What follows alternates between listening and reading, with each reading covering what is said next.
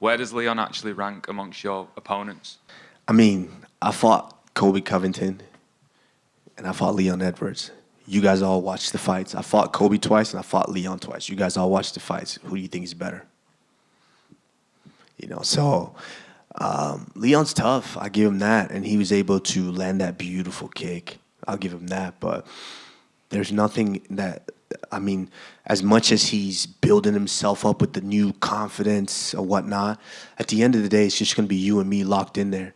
And you and I have been locked in there for two different fights now. And what have you shown me or shown yourself to believe that you are a better fighter?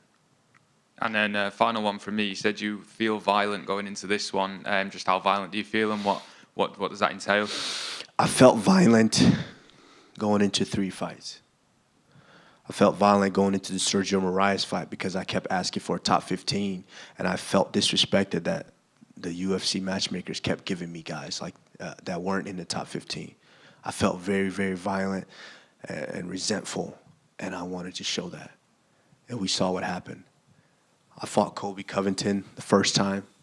We all know how that buildup was, what he said, what he done, all around the world. I felt very violent, and I wanted to get violent. Me and Colby were best wrestlers, arguably in the company, and we didn't wrestle at all because I felt violent. I wanted to get violent, and we saw how that fight went. And I fought Jorge Masvidal the second time. With all that happened, we both, you guys are failing to understand, we both flew across the world. And I was the only one who I trained for a completely different guy. He caught COVID. And I don't even want to disclose what the injuries that I was going through before that fight. Flew across the world. I actually had to quarantine in Vegas. Didn't sleep. I literally, in 4 days, that fight, I was there, quarantined, cut weight, and I fought. Didn't sleep at all. And I fought in the morning. And I dominated him. And then after that fight, it's when you got all the excuses. Oh, it'd be different. You give me a full camp and this and that.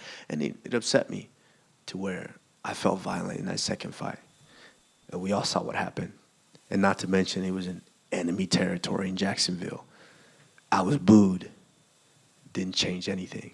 And in this fight, I'm starting to get that feeling.